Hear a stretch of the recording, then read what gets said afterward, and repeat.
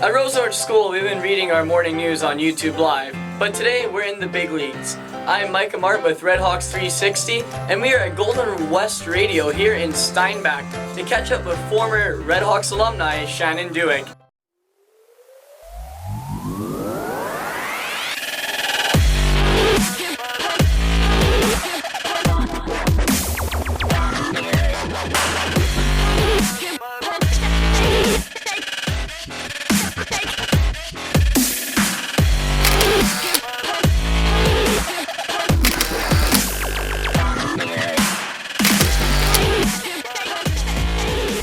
Hello Shannon, thanks for your warm welcome to the studio this morning. Thanks for having me. Thanks for coming here, I guess I should rather say. Thanks for visiting our studio this morning. We're going to ask you about your job here at the radio station in a minute, but first we want to know about your time as a student. So what are some of your memories at Roseorange School? I attended Roseorange School, it's been a couple of decades ago since I graduated from Roseorange Collegiate.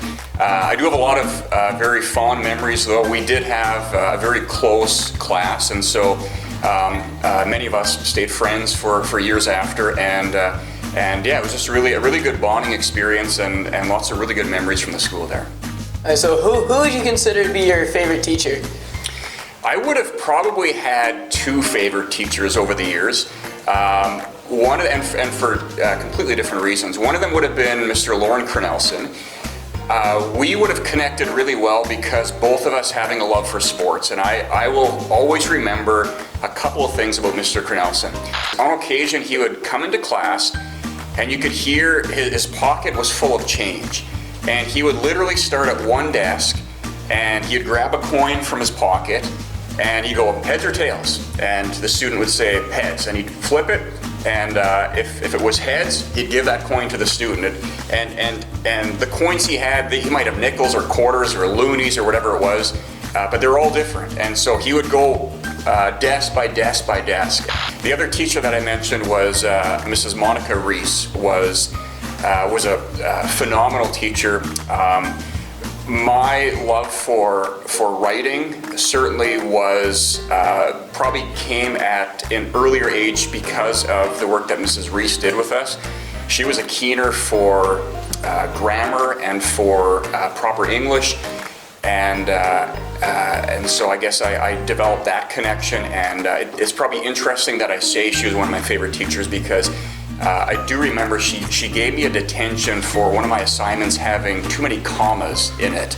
And so if you notice that a lot of my work today probably doesn't have commas, that is probably thanks to her. Do you have any memories of any of the current teachers at the school?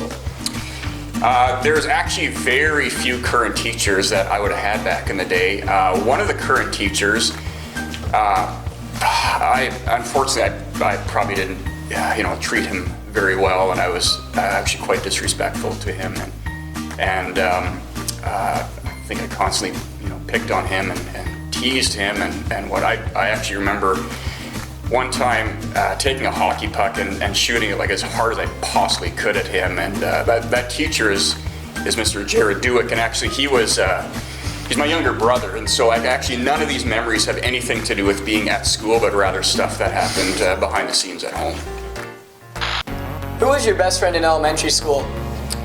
My best friend growing up was Sheldon Dueck. He lived about 1.5 miles from my place. And we spent, after school, we were always together.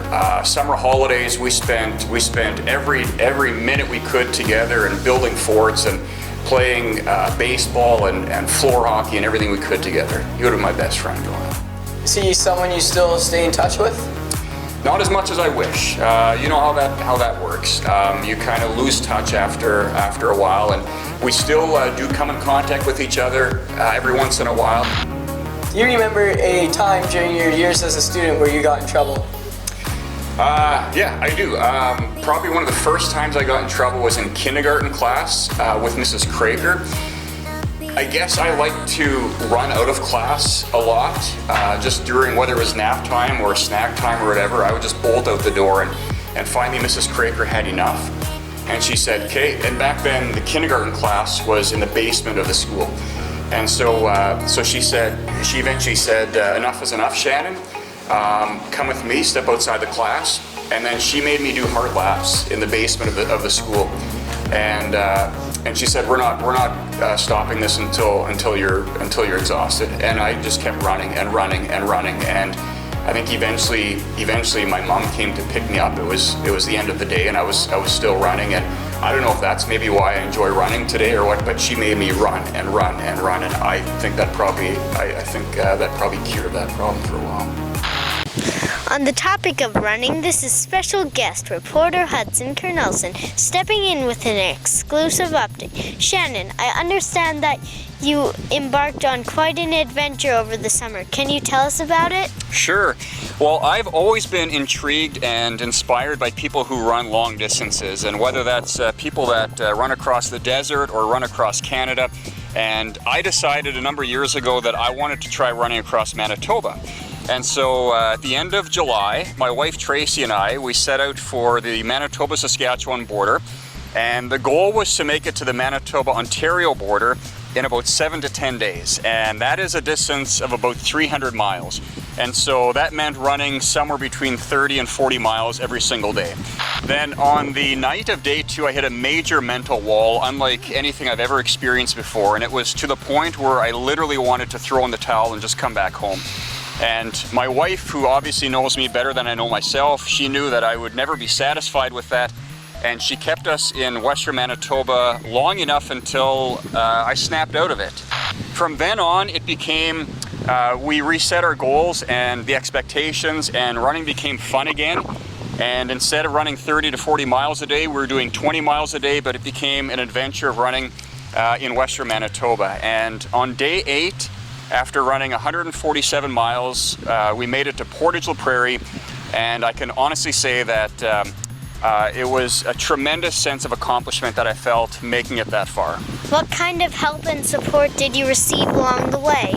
Well, as I mentioned before, my wife Tracy was with me the entire time, and so she was manning the motorhome, and she was also cycling often beside me. She put on almost as many miles as I did. We had friends and family come visit as well, and Mr. Dueck, teacher Mr. Dueck, he actually ran a few miles beside me and also helped in the support vehicle for a couple of days. But just a tremendous amount of support, both during the run, and then also friends and family back home that were sending us texts and phone calls and praying for us, and even strangers, just people along the way when we were running and cycling down the Trans-Canada Highway. The honks and the waves that we would get from complete strangers. What are your plans for your running goal moving forward? Well, the race or the run is not complete. I made it approximately halfway across Manitoba. I did 147 miles, but I still have approximately 159 miles left to go, and so the goal is next summer to go back to Portage and start running where we left off. And I'm hopeful that maybe in 7 to 10 days, I can then reach the Manitoba-Ontario border. Well, Shannon, thank you for taking the time today. Now I'll send this interview back to Micah. Did you do anything in high school that prepared you for your broadcasting career? I did. Actually, I wrote, I think it was a monthly column in the local newspaper. It's called the Valley Leader. And it was my task, me and another student, to write a monthly report on the stuff that was going on at the Rosenrud School that month.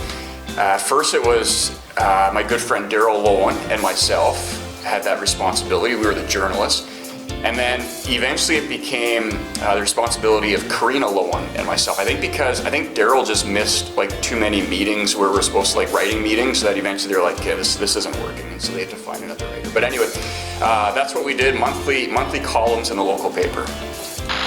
I understand you're one of the original members of the Flock. For those of us who don't know what it is, can you tell us about that part of your life? The Flock, yes. The Flock would have been the name of a group of, I'm going to say, probably 10 or 12 of us in the mid to late 90s that went to every single Winnipeg Blue Bomber game. The question was never, are you going to the Bomber game on the weekend? It was more like who's driving and what time are we meeting. It was a given that we were going. Plus, we would also go to the Labor Day Classic in Regina every year as well. I remember being in Regina and finding out where the Bombers were staying and going to their hotel and actually hanging out with them in their hotel rooms. The memories that we built from those few years together was phenomenal. In our alumni interviews, we have a little feature called Explain That Gram. So, where we pull a few pictures from the Instagram and ask our guests to talk about what is happening in that photo. So, our social media team would like to commend you for having the most dismal social media presence ever.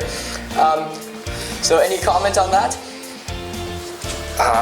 No, that's the point well taken. I am not much on social media. I don't even necessarily know if I could tell you why. So we did some digging and this pretty much sums up our efforts right here. Tell us about this photo of yourself.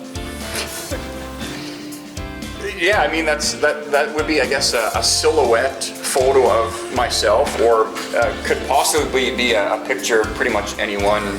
That would have been probably after my last haircut. Doesn't look like there's a whole lot of hair there, but how about this one? Where was this taken and why are you the only one that's hatless? Great picture. That would have been in Puerto Vallarta, Mexico, probably 4 or 5 years ago. That's my brother Chris Pucci on the side there. Why am I the only one not wearing a hat? If you can find any picture of me wearing a hat, congratulations, because those do not exist. All right, now for the reason we're here. Explain to us your role here at Golden West Broadcasting. I'm a reporter here at the radio stations as well as SteinbachOnline.com, which means I do a lot of interviews, I write a lot of stories, and I also am able to present the news then on air. At what point did you know that you wanted to pursue this career? A career in journalism, I would say probably since about grade 11 or 12. A career in radio, probably since about 2 years after I started here. I actually had more of a desire to be in television than I did in radio, and so I decided to take the job here in Steinbach at the radio station, thinking I might only be here for a couple years, and it's been 19 years now, and I love it. Every day is different, and I couldn't see myself any other place. What type of training did you have to do in order to become a broadcaster? I took the Creative Communications Diploma program at RedHawk College. Wonderful program. It's intense, but highly recommend it. What's the most exciting experience you've had on the job? Most exciting, I'm not necessarily sure if I would consider this most exciting, but one of the stories that I often tell is, I remember one of my first years on the job, there was a break and enter in Steinbach at one of the local businesses, and it was my job the next morning to locate or to contact Steinbach RCMP to find out what happened there. And so I called the officer, and the officer said I should actually meet him at the scene. And so when I was going to the scene, I assumed that everything had been cleaned up and he'd give me a statement. And I get to the scene and was shocked to see shattered glass everywhere, and there was actually pieces of evidence that was still scattered throughout the store there. And he's walking me through it and tagging pieces of evidence and telling me, oh, don't step on that there. And I just remember thinking, still to this day thinking, I think I was at the scene way earlier than I should have been. What advice would you have for any of our students who would be interested in pursuing a future career in broadcasting? As I said before, I would highly recommend the Creative Communications program at RedHawk College. It prepares you for the workforce. It's intense, but very well worth it. Lastly, we're going to have you do something called Teacher Roll Call. We'll put 30 seconds on the clock, and you'll have to name as many as the current Rosenard teaching staff as possible. Our current alumni record holder is Jordan Peters with 8. What is your prediction for how many you'll get out of the 21?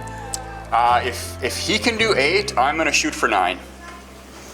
You heard it here, folks. He's going for 9. And your time starts now. Okay, Mr. Jared Dueck, Mr. Brent Dueck, Tyler Cornelson, Jerry Waldner, Gwen Friesen, Bev Isaby, Tamara Lopez, she's still there, and is it Shauna Stevenson? Mary Friesen. No. Who else? And your time is up.